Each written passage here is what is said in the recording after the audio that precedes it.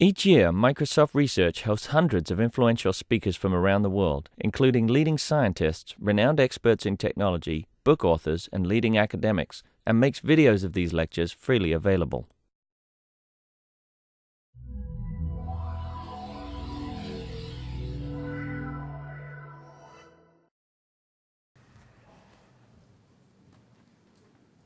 Okay, so while the speaker desk is being changed, let me introduce the last speaker of today.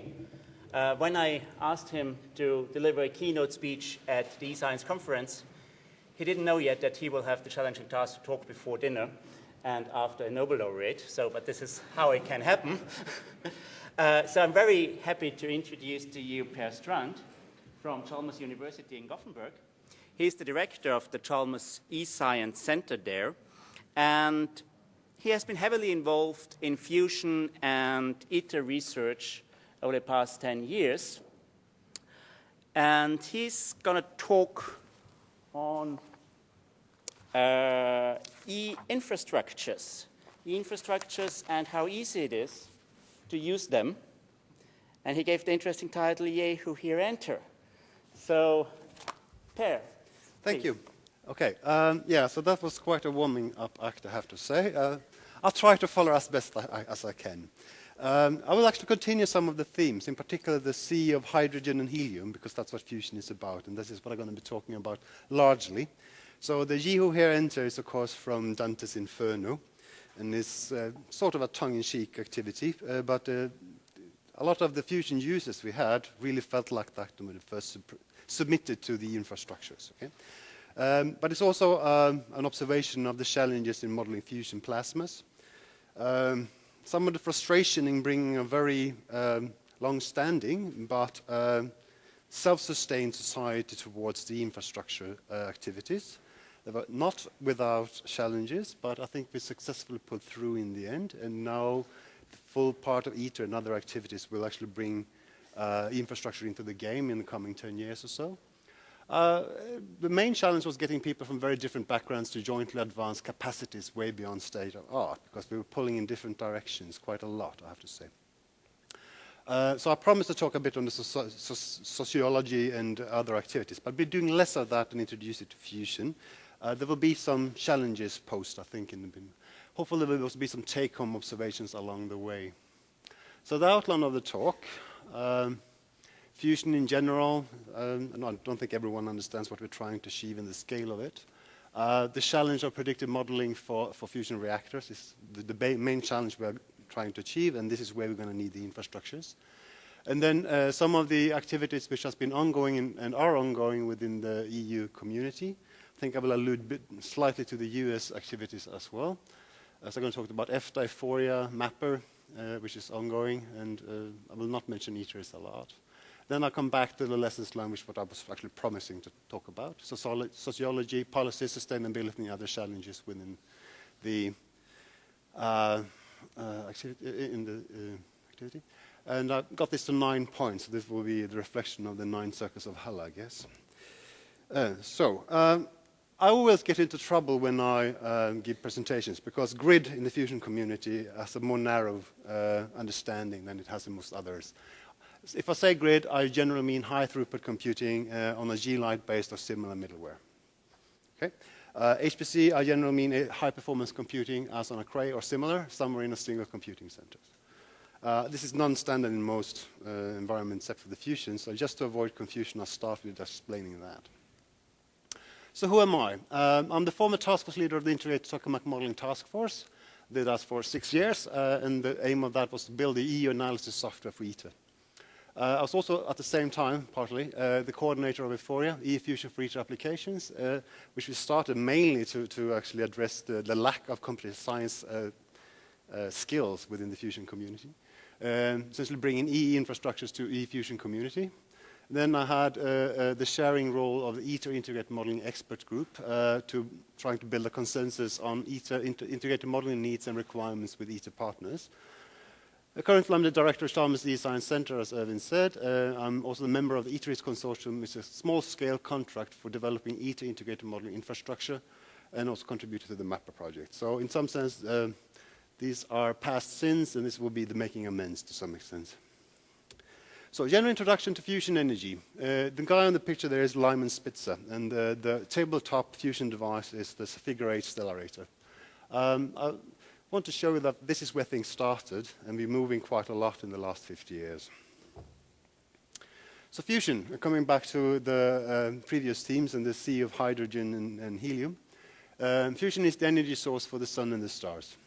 It provides a potential source of base load energy production, and we've been working on this for more than 50 years. It has turned out to be quite a difficult problem.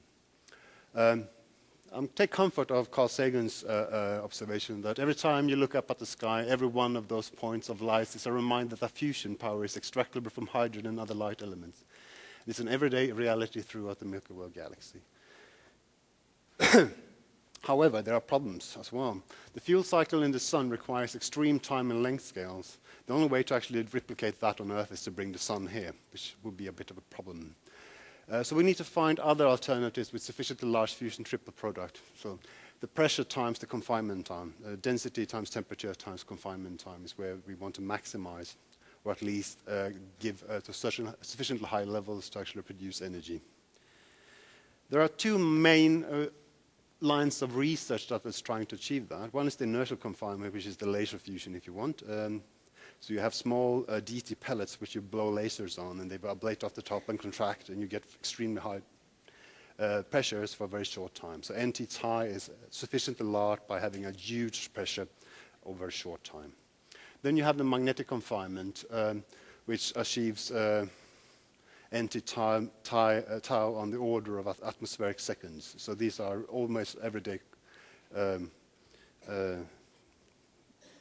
conditions, except that we achieve this by very low densities, reasonably high temperatures over seconds of time, or minutes even. So there are two main types of configurations studied. The stellarator, and the largest one under construction now is W7X in old Swedish territory in Greifswald. It's a steady state device, and it's quite complicated. And the way you get to the steady state is that you have fairly complex magnetic windings. They come at a cost, but the benefit is that this is a steady state device. You can operate at steady state, and you can get continuous energy out in principle in the longer term. Unfortunately, this is about one generation after the tokamak developments. So the ITER tokamak, which is magnetic bottle in Russian, I think, is under construction in Cadarache in France. It has the difference, actually the drawback, I would say, from the stellarator configuration. That's inductive, means that it's inductively driven, and it's pulse device. So there you can do two or three things about that. One is that you build two devices, which you start one up, and then you, when that is saturated, you start the second one, and you turn it around again. You have the one for the price of two, which is a little bit unfortunate. Or you are very smart about how you drive the currents in the plasma. So what we're aiming for in the longer term is to be very smart about how we understand and manipulate and run the plasma itself. So this is the chosen path, at least for the coming 35 years. Where we don't really have made a decision yet is what the demo reactor will look like. But at the moment, the working hypothesis is that the next generation fusion devices is actually a tokamak. So, so we talked about the sea of helium and hydrogen, and this is where you get light elements, deuterium and tritium, and there's a number of different reactions which are possible, and they are all reasonably available at different levels. So deuterium and tritium is the one we're actually aiming for, which give you helium ash, and a fast neutron, a lot of energy here. And it's reasonably achievable. If you look at the reaction cross rates, you get up to about 10 keV, which is about 100 million degrees. It's acceptable. An alternative would be deuterium helium-3, which is down here, which has a very different property that doesn't give you any, only give you charged rest products. It will be a very different way of collecting the energy coming out of that. I know NASA was quite interested in this one. Helium-3 is rare on Earth, but abundant on the Moon. So they had some projects that would gather that and bring it down to Earth. So the problem is that the sun, which we had on the previous slide, is about 10 million degrees. whereas fusion, as we know on Earth, will require about 100 million degrees. On top of that, we need to have that in close vicinity of materials. And if you really want to look at huge scales, you have 100 million degrees in the core, and you have liquid helium outside. So we have the largest temperature gradients in the universe, which is kind of cool, I think. So ITER is something we're trying to build now. There has been some political struggles. In particular, the cost has been escalating slightly. There has now recently been a decision how to fund the additional funding needed for 2012-2013. So the current total budget is 15 billion euros for construction, and Europe will pitch in 6.6 billion of that. It's a lot of money, but you have to remember that is in a market which is worth $30 trillion, meaning the global energy market. So ITER aim is to demonstrate that it's possible to produce commercial energy from fusion. The first plasma will be about 2019, full operation with full DT plasmas 2026. My opinion is that this is a make or break time for fusion. So Pete Coveney commented on fusion as the device that never will be. I think it's completely wrong, and I respectfully disagree. So this is a make or break time for fusion. So it will be an experimental facility. It's about, during a discharge, we will have about 10 gigabits per second, and the discharge is about 500 to 1,000 seconds long. This will come to something between 20 to 100 petabytes per year. And I'll point out this is based on current experiments and extrapolated from that. In reality, I think we're going to be going way beyond that. So it's a large-scale facility which has additional administrative in particular, but also other boundaries, since it's an international project with China, EU, India, Russia, Japan, South Korea, and the US jointly joining forces in a project which covers more than half of the population of the Earth. We also want to share data. So this will bring us into data replication of several off-site repositories. Not everyone will be able to sit on data sites. We want to share data. So we want to have near real-time data streaming, inline modeling of data to and from remote centers. There were some ideas that we should be able to have remote control rooms that could be able to essentially push the button. I think that will not happen at all. People tend to forget that ITER is also a nuclear installation, and no one will be able to run that remotely, I'm sure. So you have security licensing, but coming from the modeling point of view and the user aspect, that will be hidden away from us, because all of the security and the licensing resides within the experiment. And essentially, there's a plant operation stone, which everything like that is operated in, and then outside of that, we can do whatever we want. So this is a picture of the current status. I think it's a couple of months old. This is actually the headquarters building coming up. It will host about 400 people. Unfortunately, there is already temporary buildings on site which are hosting 800 people, so I don't know really how they thought that one out. You see, this is the bottom of the tokamak pit. So they put a slab of concrete on the bottom, and then these pylons or whatever are actually seismic shock dampers. They put another slab of concrete on top of that, and then they will build the machine up to 58 meters on top of that. So if you want to have a sense for scale, this is the machine. There's always a little person in there, and here's the little person. So it's a fairly large device. So we are quite some time away from actually doing something sensible and running the device, but a number of elements are already now being defined. So data, we're looking at how to store, retrieve, and actually access the data. Access methodologies and ontologies are already now being defined. We have a small-scale contract which is called ITERIS, which is working with ITER defining the model infrastructure for this, and that will include, at some level, HPC and access to distributed access to both data and resources. So ITER did not come about from nothing. This is the number of this is the tokamaks that has been built, operated, and successfully run for since 1960s. T3 was a Russian experiment that opened the floodgates, essentially. They got a factor of 10 more performance than other devices at that point in time. So you have a number of components. There are ΓÇ់and JET, which were the largest and the only ones that actually run the DT plasmas, actually producing energy, 60 megajoules in the case of JET. There are a number of superconductive devices, different shapes has been tried. And START was essentially a base basement experimental column, actually originally called the tight aspect ratio tokamak. The director didn't like the acronym TART, so he added an S, small tight aspect ratio tokamak, which led to another range of machines, MAST and NSTX, running in the mega amp range of tools. So all of this is coming together into the ITER design. It's also the first device where actually modeling has played an open role in both design and exploitation. This will even be more important for the demo stage, which is the reactor following it. About 2003, in particular the US was driving an indication of we need to do a deep understanding from the physics point of view of the devices.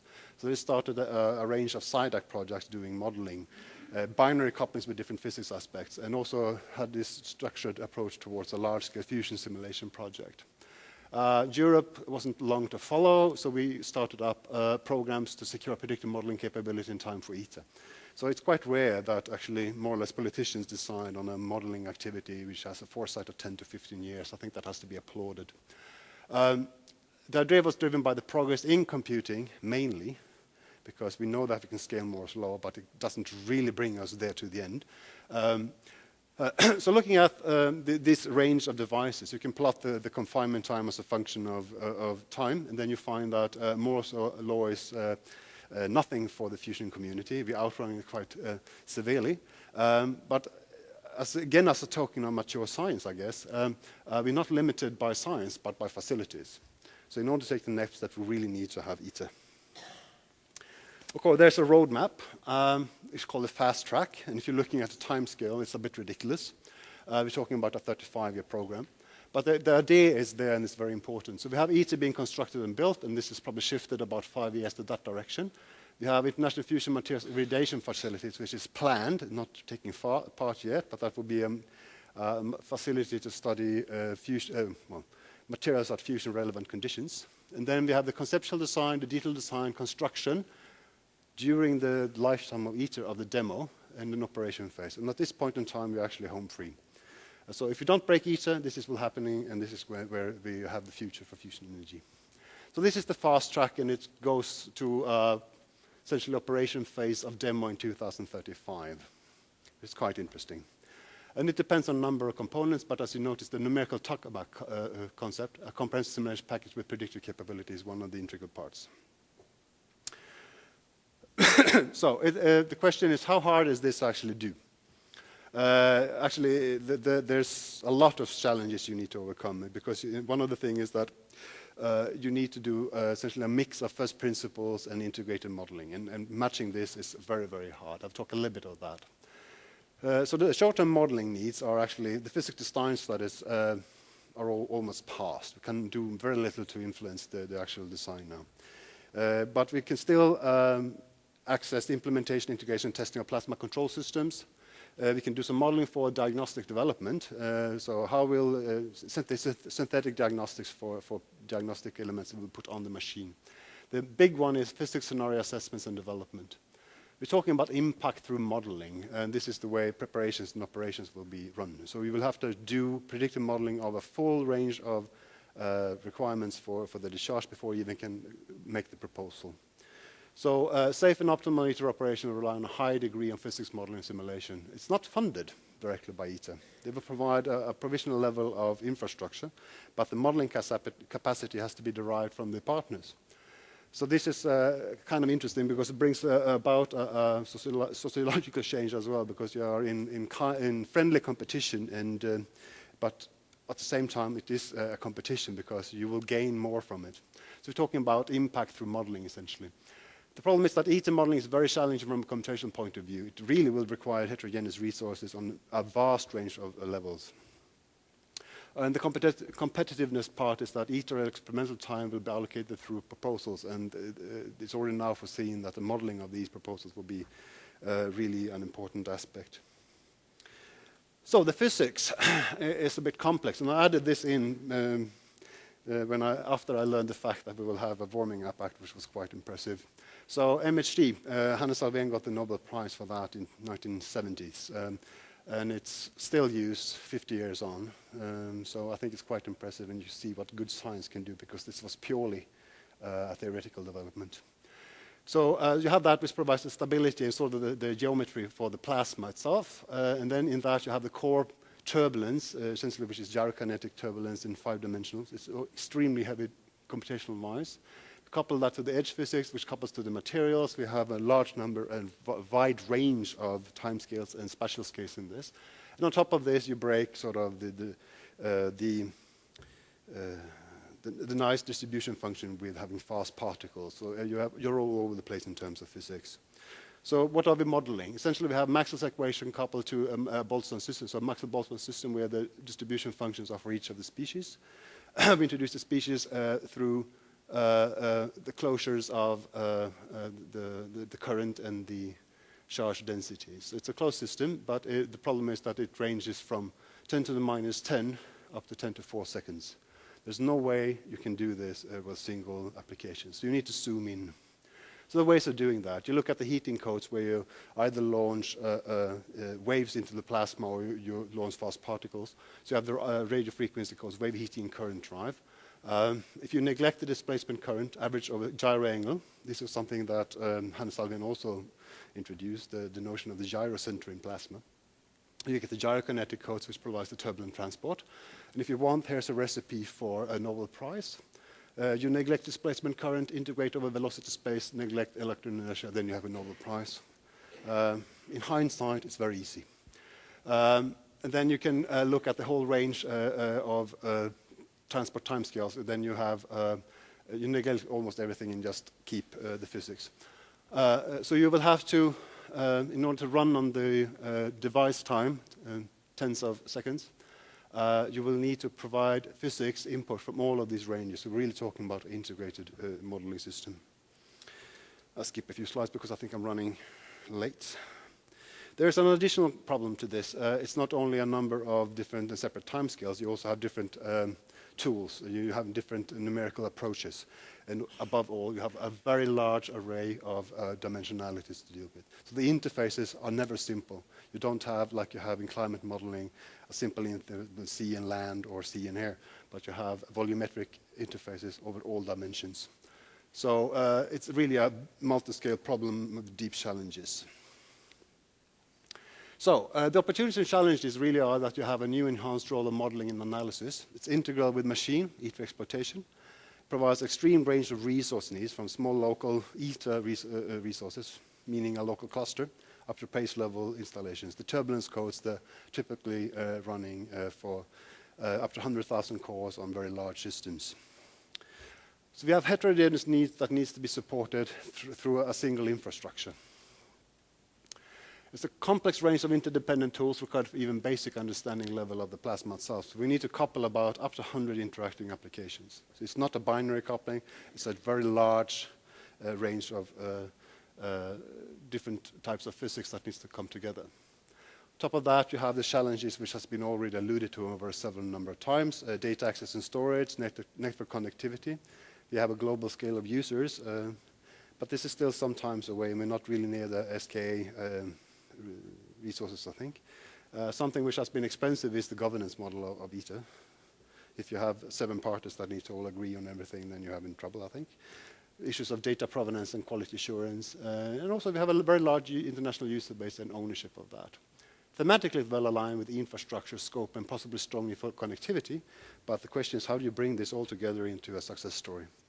And really is a science driver for infrastructures. I'm not sure this is going to work. This is the current largest operating device. It's the jet device outside of Oxford, Culham Science Centres.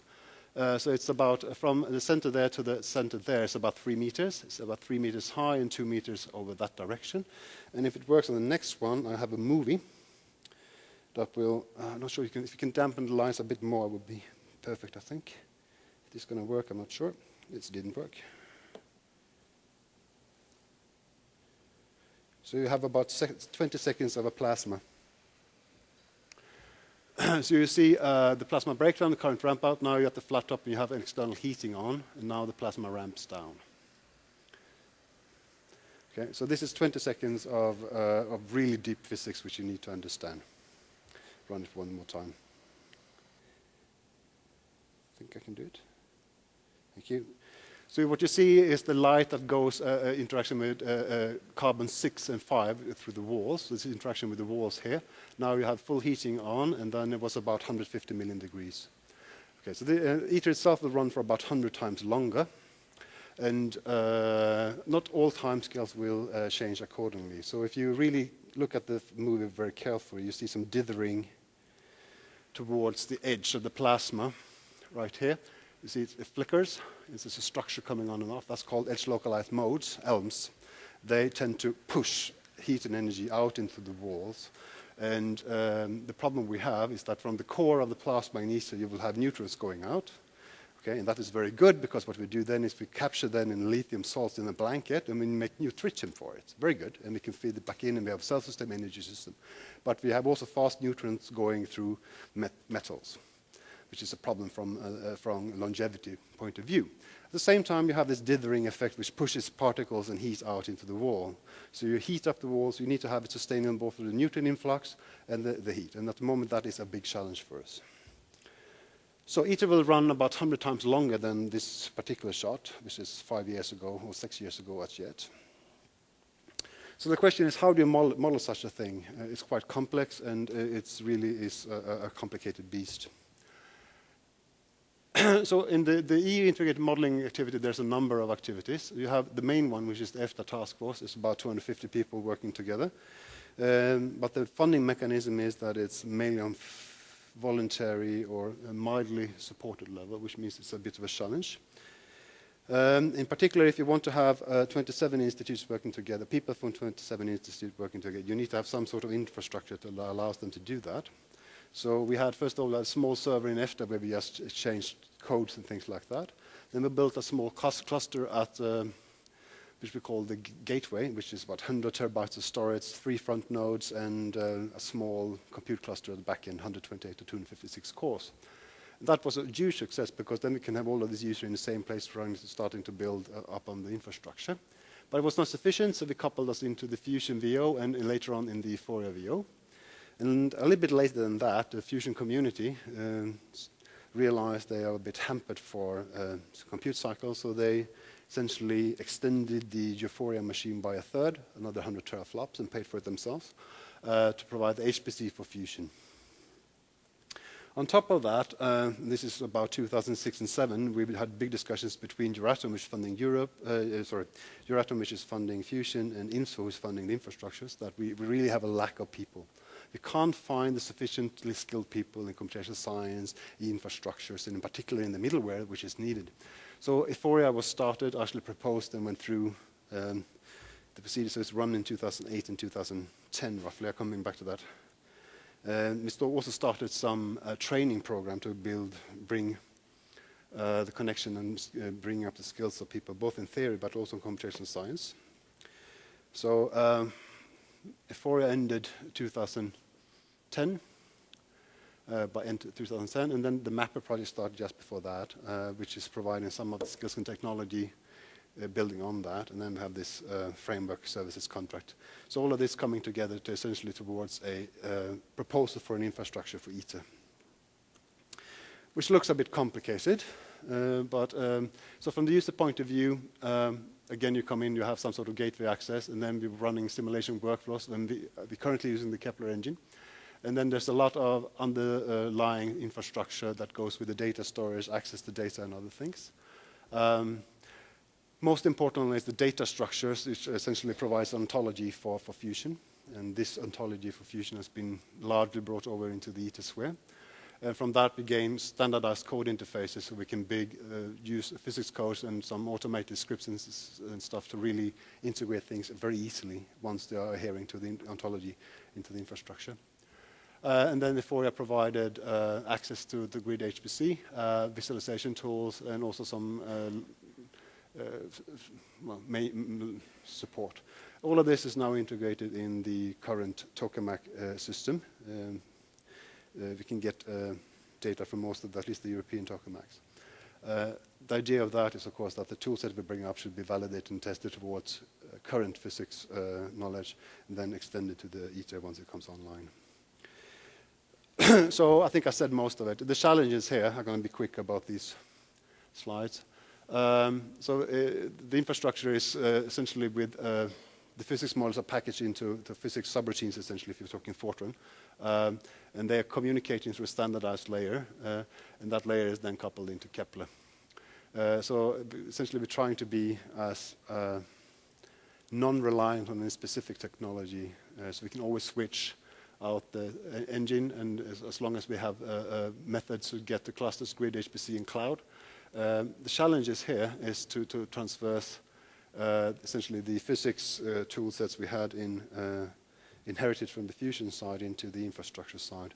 So hereGÇía provides generic resource interfaces of this, and it's traversing this area, whereas the fusion component has been very much maintained in this layer. With the Mapper project, we are really looking into that, and also possibly to link all the way through.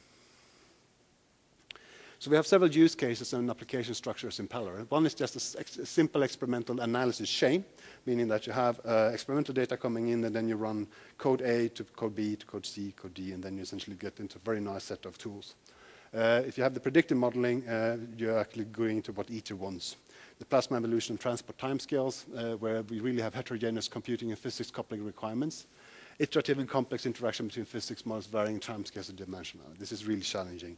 And then on top of that, we try to build as much as we can on the first principle modelings. But the problem is that if we can't run ab initio the full reactor, not even from core to edge. Moore's law doesn't help us really because we are too much challenged on it. We will not get there in time for ITER if you just rely on that. So we need to be smarter, essentially introducing multi-scale physics.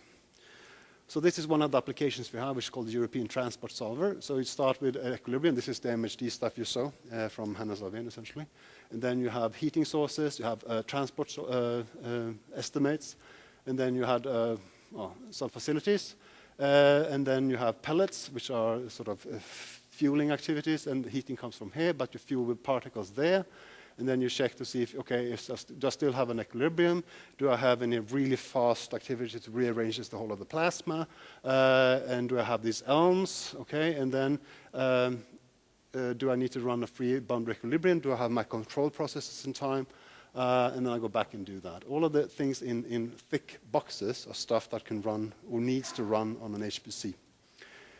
Most other activities run either on a grid environment if you want, so some of these can actually be very nicely ray traced in the Fusion VO if you want, whereas these really need to have much higher levels of resources. The problem is that you need to you always need to go through a single change. You always will be a master that runs it. And then the problem is if you add in the edge, you end up having the same kind of structure here, but they all need to interact interactively. Okay, so one of the things that eScience really talks about is that it's collaboration. You bring, but interpret that as people from different skills are brought together. Less so that you have sort of remote participation in everything. So we need to bring people together. So this is one of the challenges we did have, because up until 2007, we didn't have much progress in the project. Everything was sort of just slowly taking off. Then we started to bring people together, essentially in what we call code camps. Challenges where people sit down, now we need to fix this, now we need to fix that, and then we bring as much people we can from the different areas, in particular the infrastructure people. And that was really helpful. So don't worry too much about the details of that, but these pillars are the range of missions where people were brought together from different areas of the fields, eScience, fusion, and others. And also one of the major things was to introduce training in the activities. So hereGÇía provided much of the training. So there was a EU-sponsored project between 2008 and 2010. 14 member institutes, 522 person months covering management training, but dissemination training was one big effort. Actually, we provided much of the training for fusion during this period. But the major part were in grid and HPC infrastructure and support, code adaptation and automation, which in the end also included cloud to some extent, but also workflow. So these three components there essentially brought fusion users up onto the grid. So we had some successes there, and in particular we worked on a number of codes, and we had, I think, one of his first principles, of course, were brought into interactive environments, integrated environments, and we also have to improve the performance quite a lot. As you noticed from the ETS workflow I had, workflows from transparent aspects and dispute aspects, grid and HPC were important. So mixing both in a single workflow is very important. So we had some pilot projects with EG then, hereGÇía and DESA, which actually provided one of the first successful accesses over transparent access over infrastructure boundaries. It was hampered a lot in the end by policies. So essentially we have a working system which we can't use because policies doesn't allow us. Even though we owned HPC for fusion, we weren't allowed to use it the way we wanted. This will be a main thing in the summary for sure. And this is partially continued through the map active, coming back to that. This has had extended uptake in the fusion community and also strong interest from ղÇၤye. So we see there's great opportunities for the infrastructure community to actually continue this activity. So what we did was that we tried to bring together these elements, scientific workflows, grid HPC, we should say, in a single environment. In the end, actually, we were able to bring it under one single umbrella.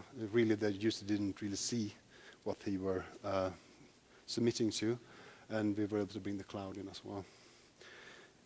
That was on request from EU, and I also wanted to have some comments on the commercial aspects of it and the cost. And we couldn't come up with good numbers. Okay, clouds cost money, but the grid didn't, was one of the conclusions, which is completely wrong. So this is workflow for fusion cores on grid and HPC. So essentially, this is a Kepler run, and it looks perfectly simple. So you launch one job, you collect data, you launch another job, and you collect data. The only difference is that, okay, this is a full-blown grid job, and this is something that runs on an HPC. And from the user point of view, this is the level of simplicity you want to see. So these boxes are actors, and they do a lot of things behind the scenes. So for the grid part, we had to overcome some of the deficiencies, reliability, robustness, and other things. So there's a lot of testing. Did the work actually run through? Did it come back? Is the data there? Did it disappear somewhere? And then bring it back onto the system we're starting from, or collecting it from different places. And then we used essentially a unicorn for hitting under a RAS server to put the data out on the HPC and collecting it from there.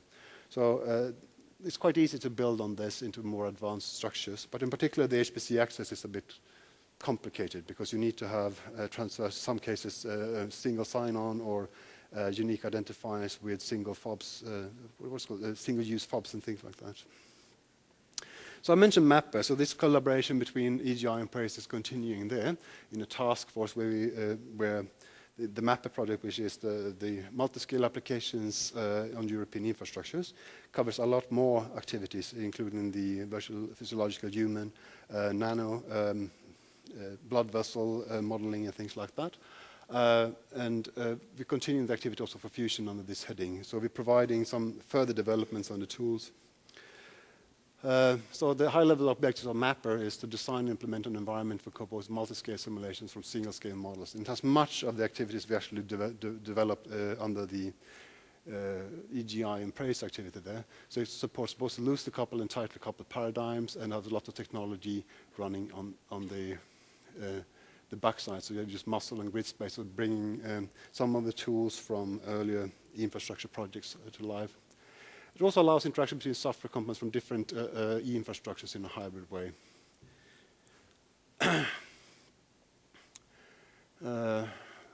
So the real part here is that it needs to support computationally intensive simulation modules requiring HPC or grid resources.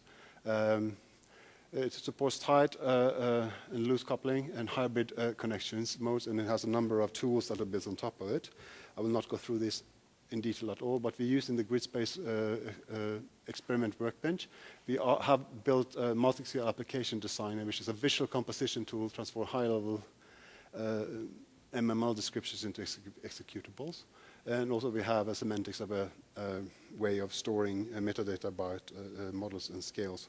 So this is sort of the continuation of hereGÇၤye, and I think also this was something that ղÇၤye is going to be promoting. I kind of like this. The way I see it, if you want the rainbow, you've got to put up with the rain. So the way to getting to where we are now is have a bit of a struggle. First of all, ITER will have an impact on the infrastructures. The ITER modeling framework, which is called IMAS, shall be operational well before the ITER operation. Actually, we need to build the first prototype by the end of 2013 for starting to test the plasma control system. This is extremely fast and rapid. It shall also accompany operation and research of the ITER lifespan, which is 30 years in total. So we can't get too much wrong. Okay? And for that, the infrastructure needs to support changes in computer software technologies, changes in physics understanding and methods to solve physics problems, and hence the IMAS should be flexible, extensible, both in terms of physics components and infrastructure. Essentially, the only thing we're really proposing is to have the ontology set. If you have that, you can essentially exchange everything else with effort, but everything else is replaceable. Its structure shall allow for future evolution and possible changes of technologies, and this means the inclusion of distributed resources in an efficient way. This is a huge challenge, I think, because you should not underestimate inertia. Like the infrastructure that we need to link in our infrastructure will be the ones we actually have to live with when we start with. So what are the lessons learned? Now coming back to actually what I promised to talk about. It's a long way to go to it, but okay. A number of technical issues and developments has been taken up. But one of the main flaws we find there is the notion of the general purpose European infrastructure. It's quite useless unless you are really just where the minimum infrastructure is. In particular, domain-specific demands on minimum component resources vary significantly between application areas. And if you look at the then EGE grid, we could only run our jobs on a very small subset of it. Essentially, we ended up building our own resource and virtual organization for that. We really were stumped with the middlewares. You can always wish for compact and maintainable, scalable and extensible, robust and reliable, easy to use and replaceable middleware. There is no such thing, at least not in Europe. The user acceptance and challenges as learning thresholds are high. We really did have a huge problem convincing people to use the tools rather than just do what they usually do. And also authentication was a real challenge. We really want to see single sign-on of multiple infrastructure, but one of the issues we had was even to get grid certificates for some of the users, because there is no simple way of getting to it. And in some cases, very simple. Other cases, you have to actually find the right person in the right office at the right time, which was quite ridiculous. Sociology. Okay, so talking just about EFTA, it provides a legal framework between 27 pan-European partners, largely working or in kind or involuntary, or at least getting not funded more than 85 to, well, have to co-sponsor to 60 to 85%. That has been a long-lived activity that traversed most sociological strains. We did find when we brought new communities in that it's north to south mentalities. Yes, there is such a problem. And you just need to learn how you speak together. Or at least some people need to understand that when the Swedish coordinator says that I'm quite concerned about the developments in this area, it means something completely different. We also had actually more of a problem in terms of the national laboratories or experiments versus the university people. Essentially, the line management got in the way there. If you have it's quite believable. So essentially, the difference were that we wanted to have X number of working days from this person, and okay, we got it. But from our point of view, we wanted it when we needed it, and from the line manager point of view, will be Friday after 6 o'clock. So there's a very problematic structure, but this is largely due to the voluntary or in-kind component of EFTA. But this north-side mentality, and even within, when you get into a new community, you need to manage that to time and joint understanding of language, and that doesn't mean English, it means actually what the English means. If you have a strong and clear legal framework, as you do have with EFTA, essentially it says that all participants share and have access to all tools. For some reason, IPR still remains a major issue. You will get people trying to put versions available. And this is also a very clear problem for ITER, where you have the 7 different parties from different parts of the world. And then we have this infrastructure continuum versus physics providers, which is they're two very different words. And particularly one set of tools, we want to use the tools we're used to, and the tools are, of course, adapted for a particular way of working. there is a way, well, there's a need to adapt to each other, but it can be a painful exercise. We did have this painful exercise in euphoria. We pulled through and we actually got through a very good project, but it was a challenge sometimes. This is something which I really think is a problem. Sustainability. Are we sustaining the wrong thing? All large-scale projects tend to have strong requirements to stay and exploit the tools. But generally, that's not important. It's the knowledge gain that needs to be exported, right? Is this really the right thing to promote? It's not the knowledge gain and the development path to new improved tools more important. The risk to promote a plethora of tools not for the usefulness, but to preserve a notion of investment well spent. So worst case scenario, and I think we're already there, you have poorly designed, bloated tools being maintained, forcing a lot of overhead structures and new tools to ameliorate deficiencies to be invented and reinvented again and again and again. So are we blocking continuous improvement by enforcing this level of sustainability? Come back to this, the services versus the users. I think there's need for a change for a long range of activities. Even if services are available, access to, and mainly this is relating to HPC resources, they may be too restricted due to policy issues. For sure we find this with HPC for fusion, and that was a machine essentially we owned. So hence the mapper and the euphoria activities in relation to praise and EGI had a big component of this policy. And I think there has to be an agreement that we should move forward. I can sympathize and I can for sure understand the need for security and integrity of the services on one hand and the usefulness and availability on the other hand. But it is a challenge, and I think we are on the wrong side of the fence at the moment. So if you just allow the application needs to take a central place, not the services itself, and I think this is generic, not only for fusion, then you will you find things like ability for advanced core reservation of resources. Okay, I want to run this job on this machine because it really needs to have a blue gene and this on another machine, but I know I want to bring them together. Okay, my ITER had a huge fall down when we had a massive elm or a sawtooth going on, and we actually are melting half of the diverter. I really need to assess the situation. I really need to do it now. Okay, so how can I get to the resources for that? We need to understand, we need to have consistent interfaces for federated access. One thing we found very hard in euphoria was to get access to back-end nodes, steering and visualization. We found ways around that, but none supported by the management of the HPC center. And then you need to have data integration from multiple resources. Advanced core reservation of resources, also advanced reservation even, is one of the issues. So you may want to have access to an HPC at 4 o'clock tomorrow and I need 12,000 cores. How do you manage that? The things like that, that's really, we need to start, because I think the applications are already starting to come up. And so there's a danger in that the big infrastructures recognizing these needs actually will bring in the hardware themselves. Right? And then the infrastructure structure is being overdone, essentially. So you've got the 5-minute note there, and I'm going to summarize. A number of prototyping activities are ongoing or being finalized. This is early days still for ITER, but some elements are already being defined or settled now, largely relating to the local infrastructure at ITER. There's a lot of things we can do on the infrastructure side to get on board. Local access is for sure not sufficient. We know that data is going to be dispersed, and we're talking about petabytes of data per year. We need to have distributed computing resource and modeling analysis landscape defined, and actually the tool set for that being promoted.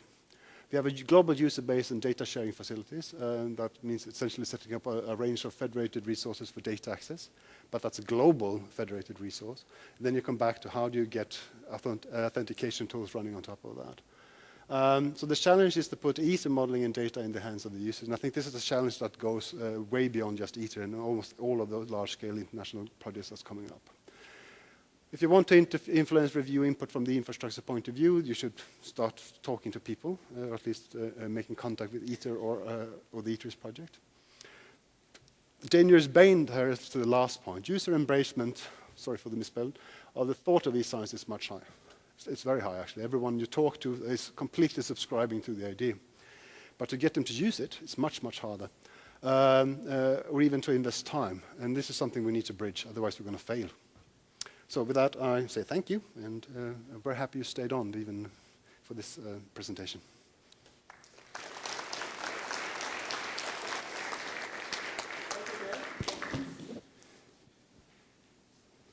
Question there?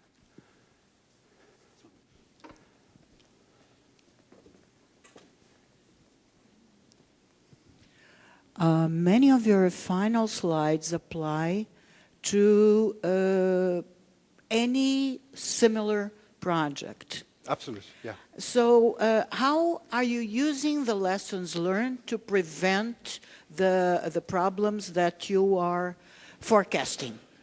Well, I'm here and telling you of the problem, making you aware. But we're also talking to the Commission and participating in different levels there. But also, all of these are well known, I think. I'm not saying anything new. I'm just putting it on 5 different slides, which are fairly condensed. And then it looks a bit overwhelming, I'm sure. But there are issues. And we tend always to only look at the success stories, which is fine if you want to sell something. But if you want to have a buyer, you need to convince them in the longer term, I think.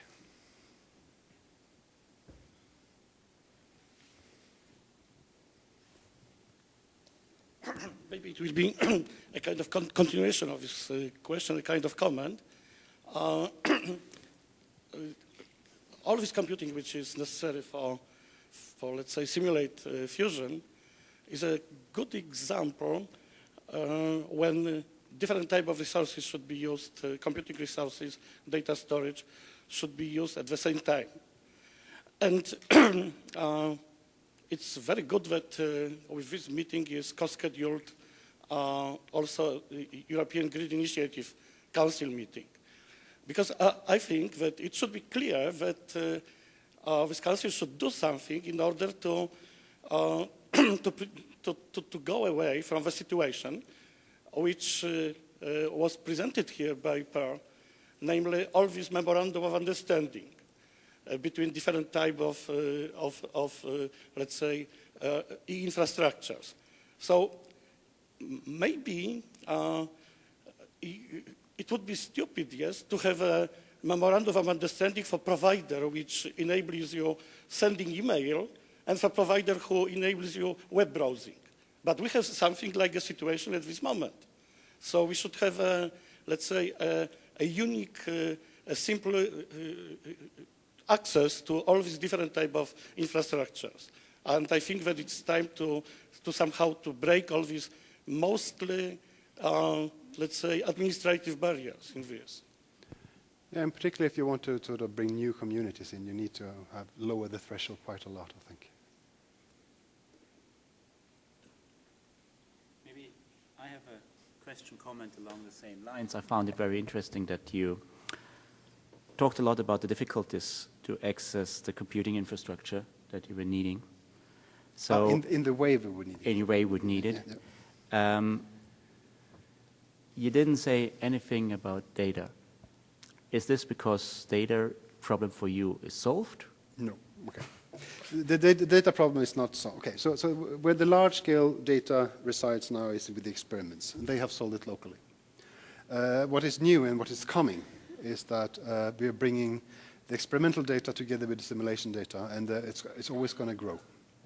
So for JET at the moment, which is the video I had, I think they have about 10 terabytes of data per day, something like that. So it's much, much smaller, or per week, sorry. So that is, you can deal with that level of data with arcane technology, because it's built on 1980s stuff. Whereas if you go to GÇ'ye and you have petabytes of data and you add to that the simulation modeling data, which is on the petabyte level, you need to address that. The problem is that we haven't reached those levels where it's a problem yet. So the ICM activity is running on a 100 terabyte storage area. And that's just small-scale testing and simulation. As soon as you start doing iter per run, you're going to escalate that by orders of magnitude. Then we have a problem. So yes, okay. So I talked about the issues already met, less of the ones we foresee, but data will be a problem.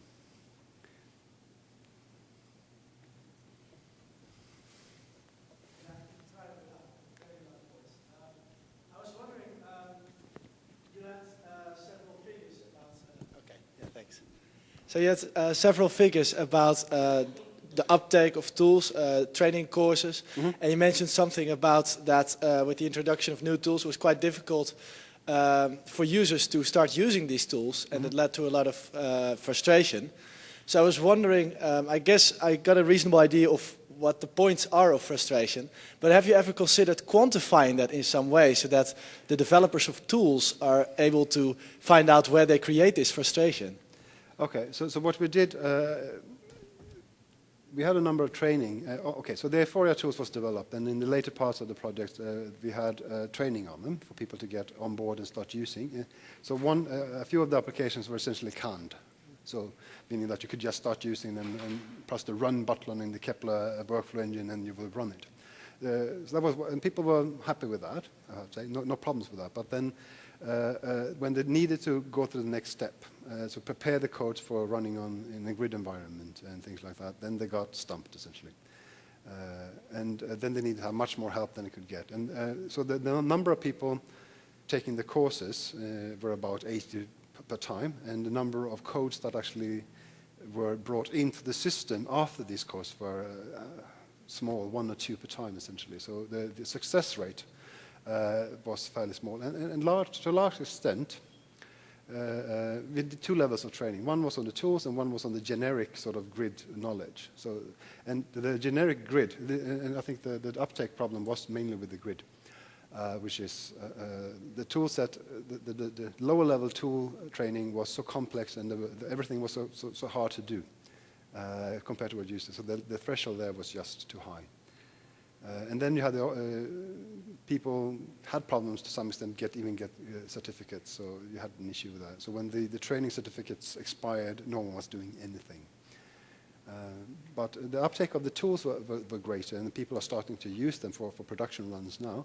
But the success ratio is way too low to actually be acceptable, I think. And I really have no idea why. I think maybe we were targeting the wrong people. I don't know. So there were some questions and questionnaires coming out, and it has been. I don't think we could from that draw any conclusion that, well, it's a different way of doing it. And it's a bit awkward. I need to learn something new, and I don't know that the benefits are right for me yet. So that was one of the issues, I think. Okay, with this, let's thank Bear again, and also for you, this nice little present. I guess you know what it is. Yes, okay, thank you.